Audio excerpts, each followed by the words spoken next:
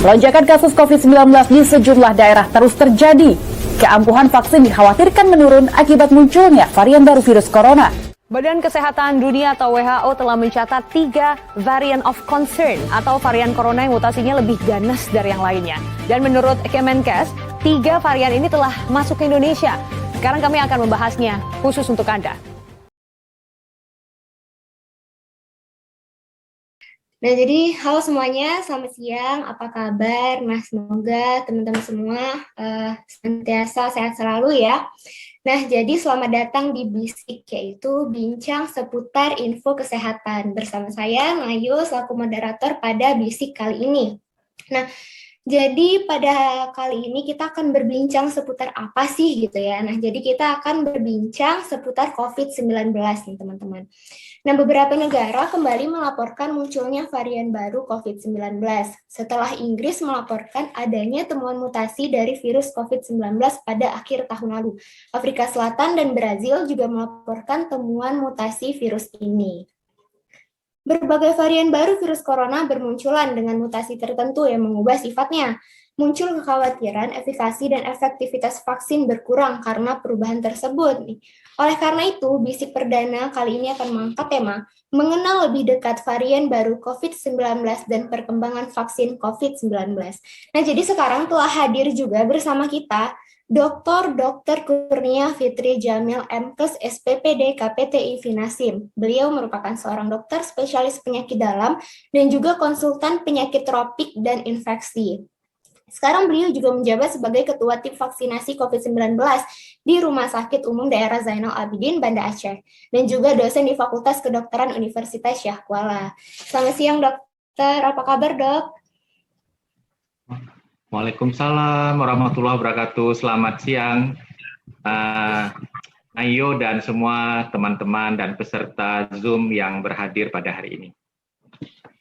Ya, baik, dok. Nah, jadi kita masih akan membahas tentang COVID-19 nih, yang tampaknya masyarakat Indonesia sangat menanti-nanti kapan sih pandemi ini akan selesai gitu ya. Nah, tetapi sepertinya bukan hanya masyarakat Indonesia aja nih, tapi juga masyarakat di seluruh penjuru dunia juga menantikan kapan sih pandemi ini berakhir gitu ya. Nah, tetapi seiring dengan berjalannya waktu, masyarakat digemparkan dengan adanya varian baru dari COVID-19 ini. Nah, jadi kita akan berbincang-bincang nih bersama Dr. Kurnia Fitri Jamil terkait hal tersebut. Jadi apakah benar, dok, bahwasannya telah ada varian baru dari COVID-19 ini, yaitu mutasi dari virus coronanya sendiri? Baik, terima kasih. Assalamualaikum warahmatullahi wabarakatuh. Salam sejahtera dan selamat siang menjelang sore pada hari ini kepada peserta semua.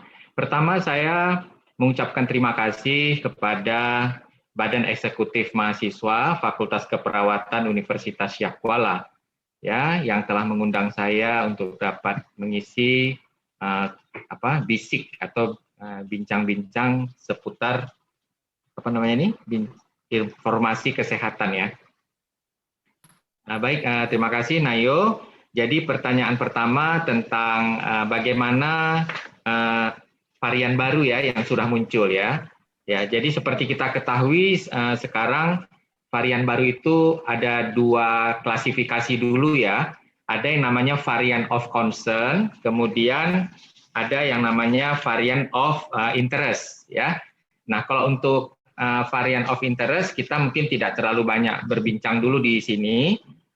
Karena varian of interest itu sampai saat ini belum ada satu bukti-bukti penelitian yang mengatakan bahwa bagaimana terhadap respon imun yang muncul akibat terinfeksi varian itu, kemudian belum ada juga tentang informasi terhadap efikasi vaksin, kemudian terhadap gejala-gejala klinis yang muncul, kemudian terhadap berat ringannya gejala ya. Nah, yang kita fokuskan sekarang adalah tentang varian baru itu klasifikasi yang dikelompokkan oleh WHO ya, itu variant of concern atau selanjutnya kita singkat dengan VOC ya. Nah, saat ini memang sudah ditemukan 4 varian baru ya. 4 varian baru itu yang kita ketahui sudah ada varian yang B117 itu dari Inggris ya.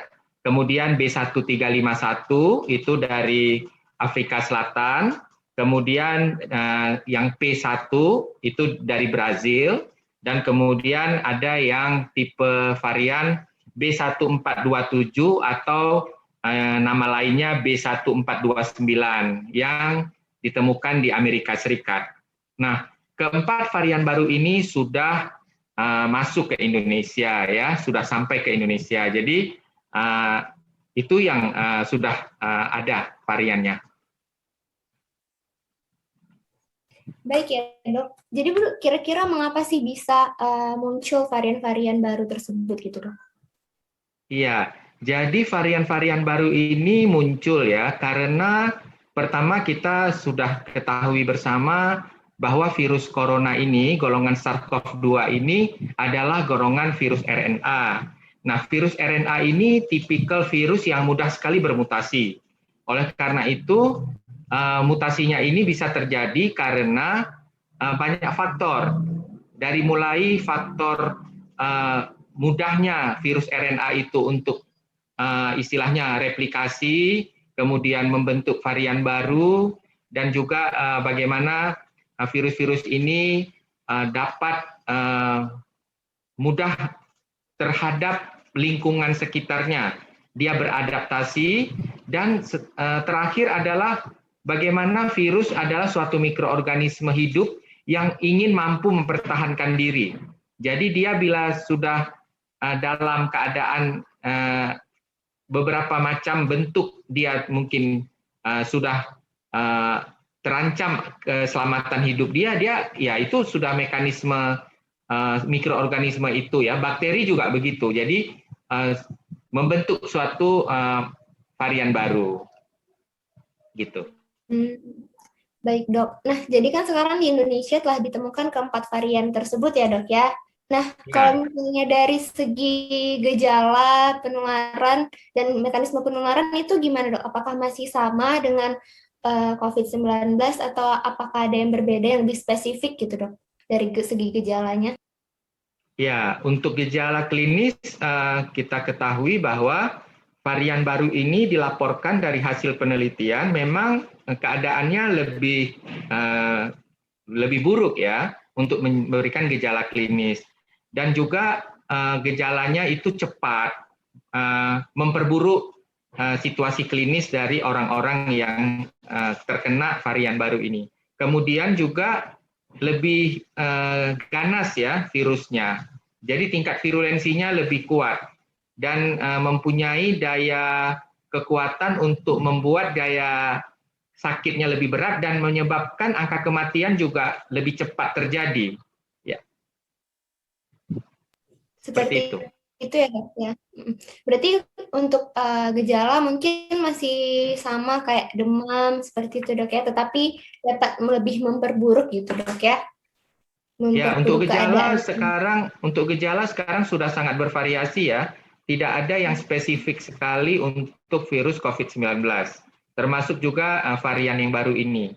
Jadi malah sekarang orang dengan gejala flu-like syndrome saja seperti bersin-bersin saja sudah merupakan suatu gejala awal dari virus COVID-19. Tidak khas lagi batuk, sesak, demam tidak khas lagi. Jadi kadang hanya lemas saja, itu hati-hati, lemas tanpa sebab, mungkin aktivitas ringan kok lemas sekali.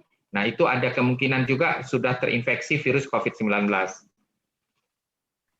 Oke, baik dok. Nah, begitu ya jadi teman-teman, kalau misalnya gejala sekarang sudah tidak terlalu gimana banget gitu, bahkan gejala ringan saja mungkin seperti lemas kayak gitu, kita juga sudah harus berhati-hati seperti itu.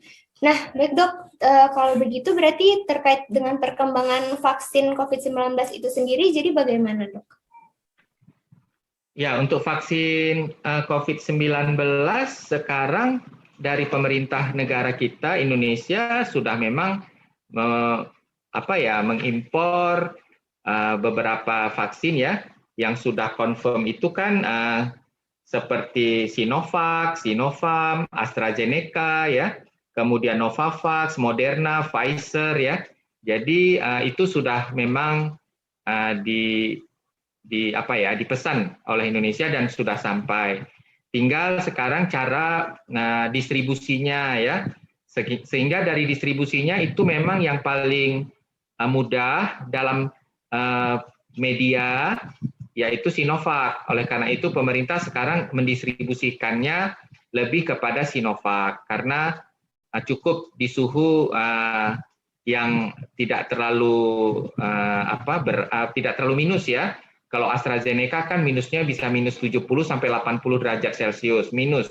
Kalau ini kita cukup di suhu termos ya sekitar 7 derajat Celcius juga sudah bisa dibawa kemana-mana sampai ke proses pelaksanaan vaksinasi massal yang ada di seluruh Indonesia.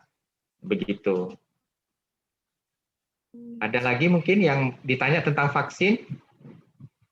Terkait dengan vaksin nih dok, kan ada tentang distribusi dan penerimaannya gitu. Jadi apakah ada kondisi-kondisi tertentu mungkin yang tidak bisa divaksin seperti itu dok?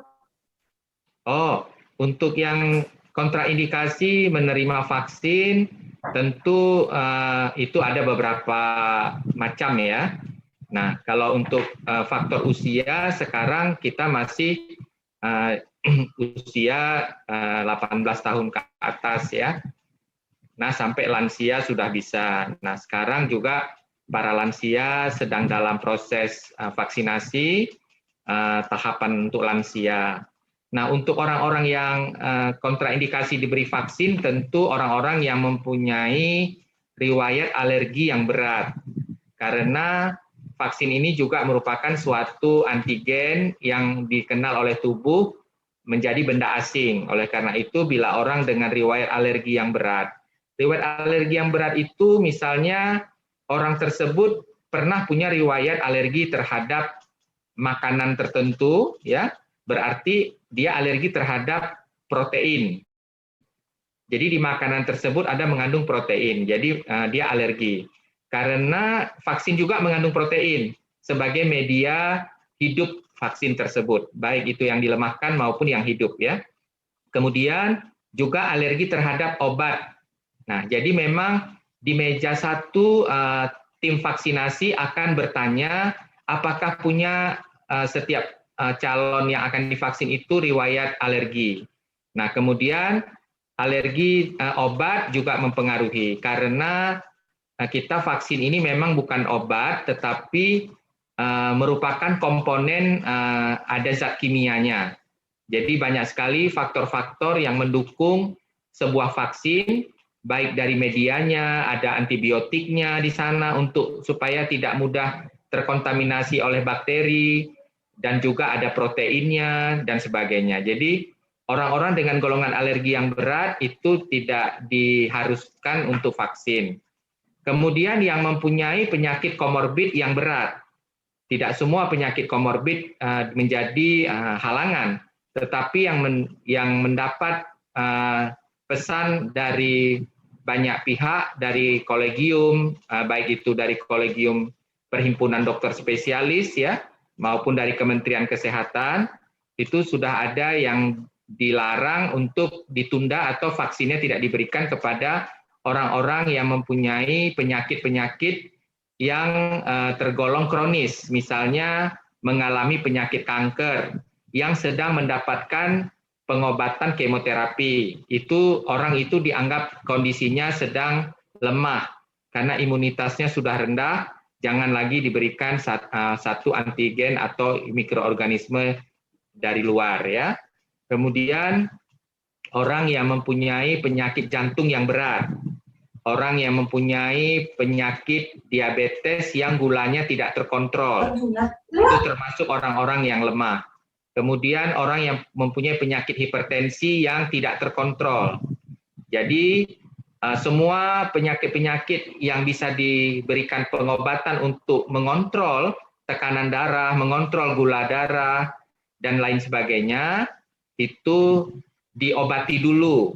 Bila sudah terkontrol, sudah aman, ya, itu nanti dokter spesialis yang spesifik untuk penyakit tersebut baru memberikan surat rekomendasi kepada tim vaksinasi bahwa orang tersebut dengan penyakit komorbid tertentu sudah boleh divaksin. Jadi ada tahapan-tahapan penundaan dan ada juga tahapan di mana tidak diberikan vaksin sama sekali. Begitu, Dok. Nah, kalau misalnya ibu hamil dan ibu menyusui gitu berarti apakah bisa divaksin juga gitu, Dok? Untuk ibu hamil saat ini ditunda dulu vaksinasinya sampai ibu itu melahirkan. Kalau untuk ibu menyusui diperbolehkan mendapatkan vaksinasi COVID-19. Begitu, Dok ya. Nah, jadi Dok, terkait dengan mekanisme ataupun cara kerja dari vaksin COVID-19 ini bagaimana, Dok, di dalam tubuh kita? Ya, baik. Bagus sekali pertanyaannya. Bagaimana orang mendapatkan vaksinasi. Jadi, respon imun itu menjadi dasar pembentukan antibodi. Oleh karena itu, vaksin adalah suatu zat asing atau antigen, dalam hal ini virus SARS-CoV-2, ya, COVID-19 yang dilemahkan, kemudian itu diberikan pada orang. Nah, orang tersebut dianggap orang yang sehat dulu ya. Orang yang sehatlah yang diberikan vaksin, bukan orang yang sakit. Nah, karena itu tubuh akan menerima suatu sinyal respon terhadap antigen tersebut. Tubuh akan meresponnya dengan bekerjanya antibodi ya, untuk membentuk antibodi. Beberapa yang berperan pada imunomodulator tubuh manusia seperti interferon gamma, kemudian sel helper, kemudian sel B, ya. Kemudian sel B ini akan memproduksi sel plasma. Nah, sel plasma ini yang akan memproduksi antibodi sesuai dengan antigen yang spesifik yang masuk ke dalam tubuhnya dan dibentuklah antibodi yang spesifik untuk COVID-19. Oleh karena itu muncullah antibodi. Nah, pada vaksinasi suntikan pertama, itu tubuh baru mengenal antigen saja. Ada satu benda asing yang nanti selanjutnya kita sebut dengan vaksin COVID-19. Nah, di sana tubuh baru mau membentuk suatu respon imun. Ya. Antibodi belum maksimal terbentuk di suntikan pertama. Tubuh baru mengenal suatu benda asing yang masuk. Nah, pada suntikan kedua, itu tubuh diharapkan optimal. Dan hasil penelitian mengatakan pada suntikan kedua, itu dengan jarak 14 hari sewaktu penelitian. Dan sekarang sudah boleh 28 hari. Ya, diharapkan antibodi sudah terbentuk maksimal pada suntikan kedua, kemudian diharapkan tubuh membentuk antibodi yang optimal untuk menjadi pelindung supaya tidak terkena virus COVID-19. Ya. Berarti untuk penyuntikan vaksin ini harus dilakukan 2 kali penyuntikan gitu ya, Dok ya? Ya, diharapkan sesuai dengan uji klinis dan penelitian untuk vaksinasi COVID-19 hanya 2 kali, suntikan pertama dan suntikan kedua. Ya, untuk suntikan ketiga masih beberapa jurnal ada yang melaporkan lebih tinggi lagi pembentukan antibodi setelah suntikan ketiga, tapi ini tidak menjadi suatu program vaksinasi massal kita, jadi masih 2 kali saja. Apakah ada efek samping gitu, Dok, jikalau hanya diberikan suntikan 1 saja gitu, jadi tidak melakukan suntikan yang kedua? Untuk efek 1 kali suntikan, bila tidak diberikan suntikan kedua, tentu seperti yang saya katakan tadi, pembentukan antibodinya tidak optimal. Sehingga tubuh pada suntikan pertama baru mengenal sebagai antigen terhadap virus SARS-CoV-2 itu. antibodinya baru akan mau dibentuk. Jadi kalau tidak di booster dengan suntikan kedua, tubuh tidak punya kemampuan untuk melawan respon imunnya lebih baik, sehingga antibodinya tidak maksimal bila hanya 1 kali suntikan. Jadi minimal 2 kali suntikan. Kalau 1 kali, antibodinya hampir tidak, mungkin belum terbentuk, atau sangat kecil. Jadi dok, berapa lama vaksin COVID-19 ini akan bekerja untuk melindungi tubuh kita? Ya, bagus sekali pertanyaannya. Jadi memang untuk vaksinasi COVID-19 ini kan vaksin baru ya. Jadi sampai hari ini, sampai saat ini dan ke depan, penelitian masih terus dilakukan untuk memeriksa antibodi setiap kelompok manusia yang ikut dalam penelitian itu diamati, diobservasi ya, sampai sejauh mana lamanya antibodi itu bertahan di dalam tubuh seseorang. Jadi sampai saat ini yang penelitian yang sudah berjalan dari mulai uji klinis sampai hari ini kan kita belum mencapai 2 tahun ya COVID-19. Jadi ada yang melaporkan bahwa antibodi ini bertahan 3 bulan, ada yang 6 bulan, ada yang 1 tahun ya. Untuk yang di atas 1 tahun belum ada data. Nah, oleh karena itu, kenapa berbeda-beda daya tahan antibodi itu bertahan di setiap tubuh manusia? Ini juga sesuai dengan respon imun setiap orang berbeda. Kemampuan respon imun setiap manusia berbeda. Walaupun saudara kandung, ayah kandung itu sesama mereka pun secara genetik itu berbeda. Jadi sangat individual. Ya. Berbeda-beda daya tahan tubuh seseorang. Belum lagi ditambah dengan komorbid yang ada di dalam tubuh orang tersebut. Itu akan menurunkan imunnya. Ya. Berarti setiap orang itu memiliki beda-beda ya masa proteksinya untuk dirinya sendiri gitu. Nah, tadi kan dokter mengatakan untuk sejauh ini penelitian katanya sampai 1 tahun gitu kan paling lama. Nah, berarti setelah 1 tahun divaksin, orang tersebut harus melakukan vaksin COVID-19 kembali gitu dok? Ya, ini belum ada keputusan dari penelitian dan juga satu rekomendasi dari WHO bahwa apakah semua orang yang sudah divaksin ini akan mendapatkan vaksin ketiga, nanti kita tunggu saja hasil penelitiannya. Jadi sampai saat ini belum ada rekomendasi tersebut. Kita masih memakai suntikan sampai 2 kali saja. Tuh, baik ya. Nah, jadi bagaimana nih dok dengan tingkat keamanan vaksin COVID-19 yang sudah tersedia? Untuk keamanan vaksin sampai saat ini semua sudah aman. Jadi sudah ada surat referensi clearance-nya ya, baik dari Badan WHO Kesehatan Dunia, kemudian juga dari untuk Indonesia dari Balai Pengawasan Obat Makanan atau BPOM. Kalau untuk di tingkat dunia itu FDA ya, Food Drugs and Federation itu ya, Association, Food Drug and Association. Jadi kalau untuk Indonesia dari BPOM itu sudah ada surat rekomendasi bahwa aman dan halal ya. Dari MUI juga sudah ada izin kehalalannya, dan dari BPOM sudah ada izin keamanannya, dan sudah melalui uji fase klinis 1, fase 2, dan fase 3.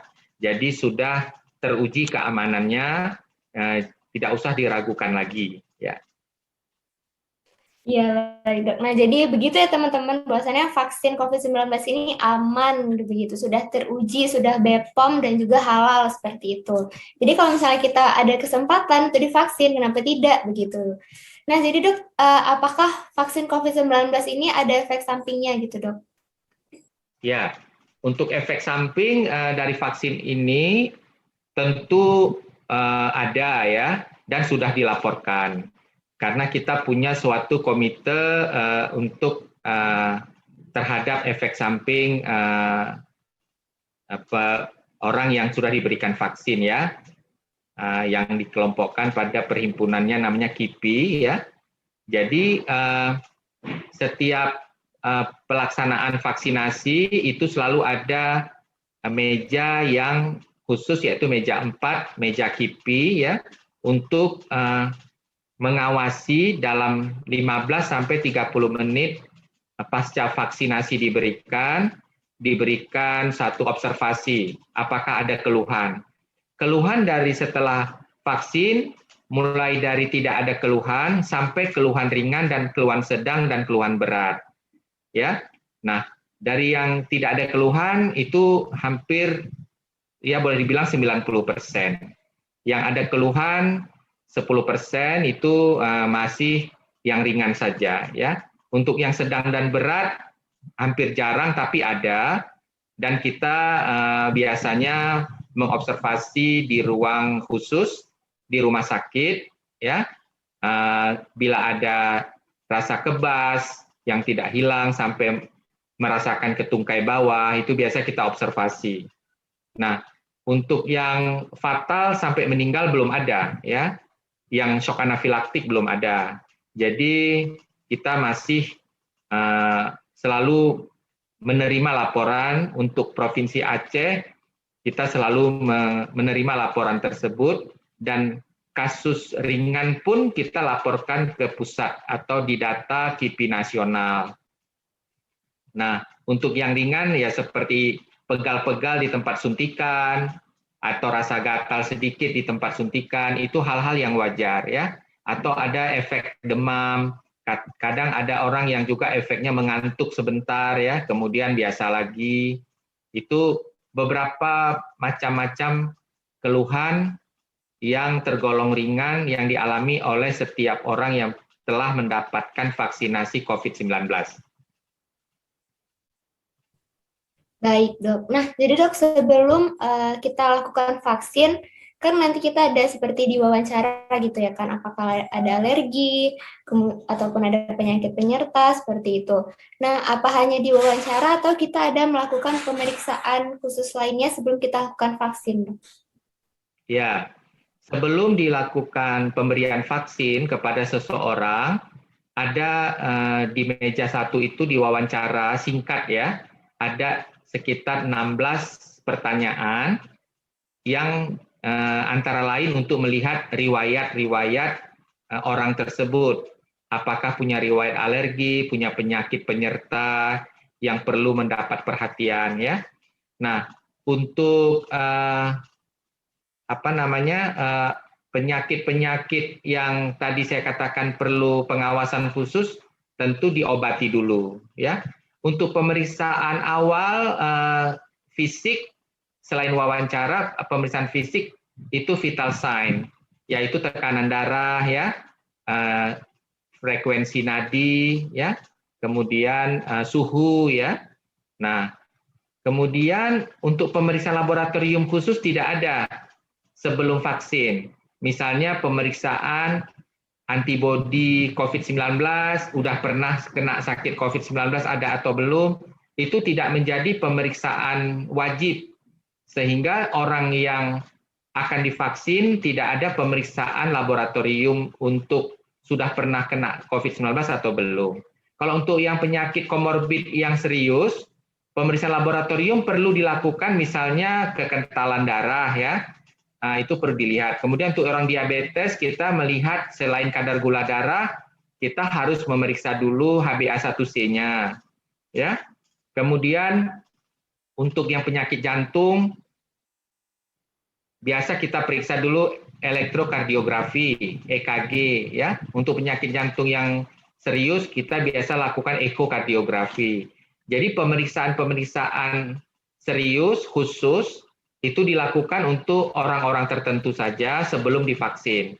Tapi kalau wawancaranya sudah melewati fase aman, tidak ada pemeriksaan laboratorium khusus.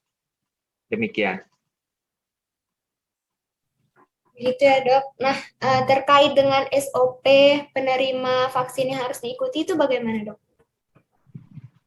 Untuk standar operasional prosedur, orang yang mendapat vaksin itu melewati fase pertama adalah di meja 1 SOP-nya kita harus wawancara ya. Kemudian di meja 2 itu ada pemeriksaan vital sign. Kemudian di meja 3 itu adalah penyuntikan. Kemudian di meja 4 itu adalah observasi ada tidaknya efek samping setelah vaksin. Ya. Nah sekarang juga sudah lebih disederhanakan, meja tidak 1, 2, 3, 4 lagi, cukup 2 saja. Meja 1 sebagai pra vaksin, meja 2 vaksin dan observasi pasca vaksin. Jadi lebih dipersingkat karena makin banyak meja, makin banyak butuh tenaga operasional yang harus dilibatkan karena melayani vaksinasi massal ini per hari itu bisa ribuan orang, ya, dan sangat membutuhkan effort yang besar. Baik, Dok. Nah, kalau misalnya kita sudah menerima vaksin gitu, Dok, apakah kita masih bisa terinfeksi dari COVID-19 gitu? Ya, bagus ya pertanyaannya. Jadi vaksinasi ini bukan menjamin kita pasti terbebas tidak kena COVID-19, tapi ini adalah proses ikhtiar dan pencegahan ya. Nah, oleh karena itu kita ikuti program pemerintah, ikut vaksin, paling tidak untuk menolong diri kita sendiri dan keluarga, untuk supaya kita proses pencegahan ya. Nah, karena ada juga yang sudah divaksin tapi menderita juga COVID-19, cuma dilaporkan orang yang sudah divaksin bila terinfeksi COVID-19 masih bisa terjadi, namun dilaporkan bahwa tidak berat gejalanya. Jadi gejalanya ringan. Nah, tentu kita berikhtiar juga bahwa kalau kita tidak divaksin, kita terkena mungkin akan lebih berat dan menjadi dirawat ke ruang ICU dan sebagainya. Kalau sudah divaksin, bila masih terinfeksi, karena di sekitar kita masih ada orang tanpa gejala, dan antibodi kita juga tidak tentu berapa cut off yang bisa melindungi kita, maka kita tidak tertutup kemungkinan masih terinfeksi, namun gejala yang terkena tidak berat dan mungkin tanpa gejala, dan kita bisa isolasi mandiri di rumah bila ada rasa gejala, atau cukup istirahat saja, minum vitamin-vitamin, ya, cukup istirahat dan tidur.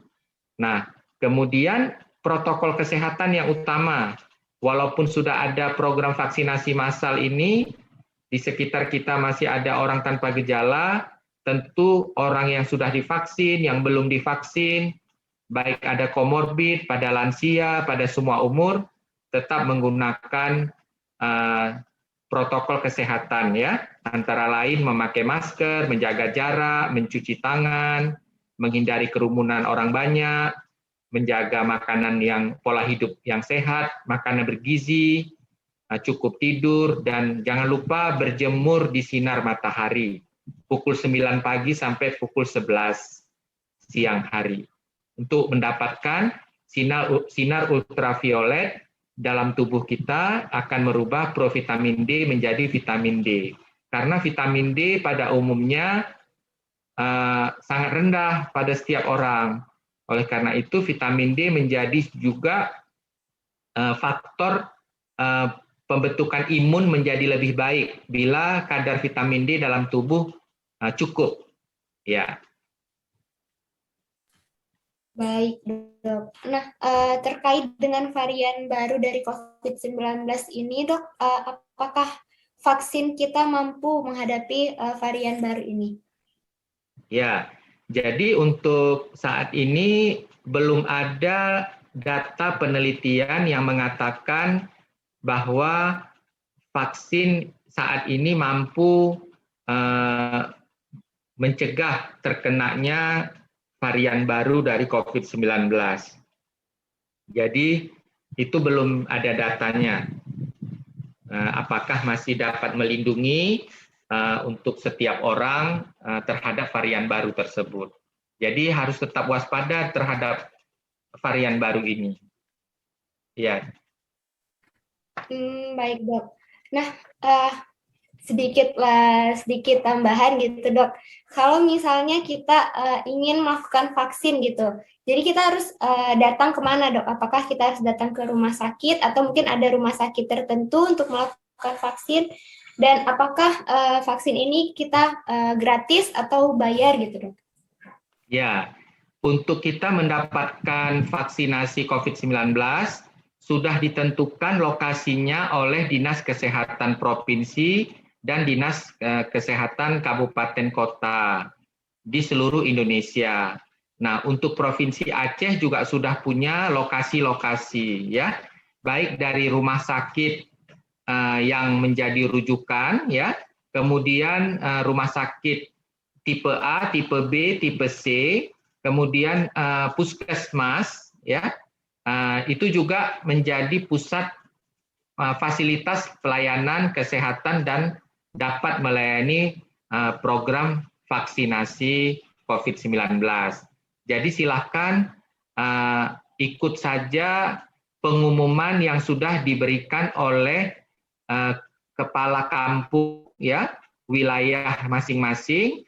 Mungkin sudah diumumkan di masjid-masjid, kemudian juga di perkumpulan pemuda Gampung dan aparat Gampung ya, sampai tingkat kecamatan, itu semua sudah diberikan pengumuman di mana lokasi masyarakat dapat mendapatkan pelayanan vaksinasi COVID-19. Ya, sudah ada sampai ke puskesmas, itu sudah disiapkan. Tidak perlu jauh-jauh dari kampung ke rumah sakit di kota, nggak usah. Di puskesmasnya sudah disiapkan juga. Di puskesmas dan rumah sakit rujukan mungkin di provinsi daerah sudah bisa dok ya? Iya, kabupaten kota sudah. Iya. Terkait itu dok, apakah vaksin itu gratis atau mungkin ada berbayar gitu dok? Oh ya, ini program pemerintah dan gratis, tidak bayar. Jadi tidak ada pembayaran untuk vaksinasi COVID-19. Vaksinnya gratis ya. Gratis ya dok ya? Ya. Baik, terima kasih dokter untuk bincang-bincang kita siang hari ini kayak gitu. Jadi cukup menambah informasi-informasi penting juga gitu kan kepada kita terkait dengan virus corona varian terbaru, kemudian juga ada vaksinasi, bagaimana cara kerja vaksinasi tersebut, kemudian bahwa vaksin itu aman, sudah teruji BPOM, dan juga kalau kita ingin divaksin kemana sih kita harus pergi seperti itu, dan vaksin ini gratis gitu. Jadi teman-teman bagi yang memiliki kesempatan untuk segera divaksin maka bisa segera datang ke rumah sakit ataupun puskesmas terdekat di daerah masing-masing seperti itu. Dan jadi terima kasih dok atas waktunya siang ini, waktu bincang-bincangnya. Apakah dokter ada yang menyampaikan pesan-pesan untuk teman-teman semua? Silakan dok. Ya, jadi terima kasih kepada Nayo yang sudah menjadi moderator pada hari ini. Mungkin sebelum saya akhiri, karena ini menyangkut topik varian baru dari COVID-19, kita ketahui 4 varian baru ini sudah masuk ke Indonesia, dan kita harus waspada karena di beberapa wilayah Indonesia yang sudah terkonfirmasi positif varian baru itu antara lain di Sumatera Utara, Provinsi Sumatera Utara, Provinsi Sumatera Selatan ya. Sumatera Utara itu sampai hari ini saya sudah mendapatkan informasi 2 kasus varian baru ya. Sumatera Selatan 1 kasus, Banten 1 kasus, Jawa Barat 5 kasus, Jawa Timur 1 kasus, Bali 1 kasus, Kalimantan Selatan 1 kasus, dan Kalimantan Timur 1 kasus. Jadi ini sudah menyebar baik di Sumatera, Jawa, Kalimantan ya. Nah, ini Sulawesi alhamdulillah belum dapat laporan. Jadi mudah-mudahan jangan sampai bertambah kasus ini, dan karena kasus varian baru ini dilaporkan gejalanya sangat berat dan lebih cepat membuat perburukan secara klinis ya.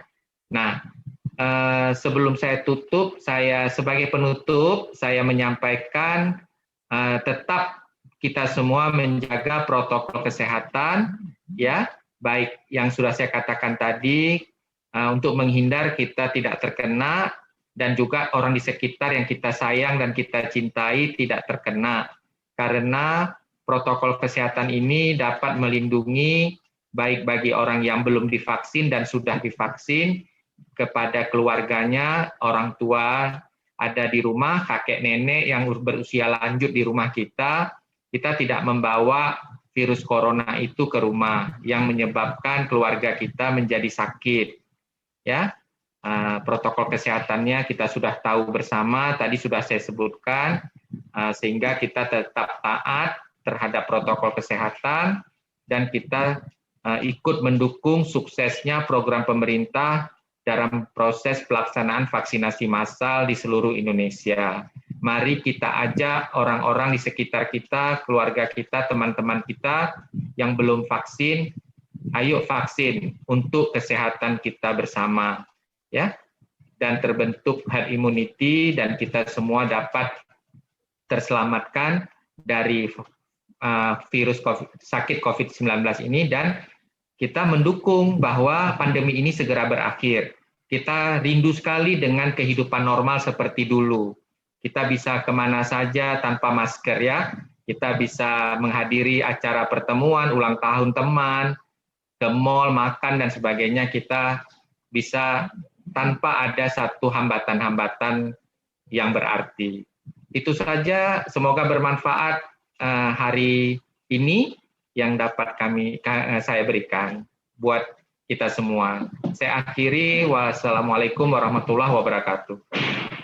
Waalaikumsalam warahmatullahi wabarakatuh. Terima kasih ya dok. Nah jadi teman-teman, dengan ditutupnya oleh narasumber kita pada siang hari ini, maka berakhir pula sesi bisik, yaitu bincang seputar info kesehatan kita pada siang hari ini. Saya selaku moderator, saya tutup. Wassalamualaikum warahmatullahi wabarakatuh.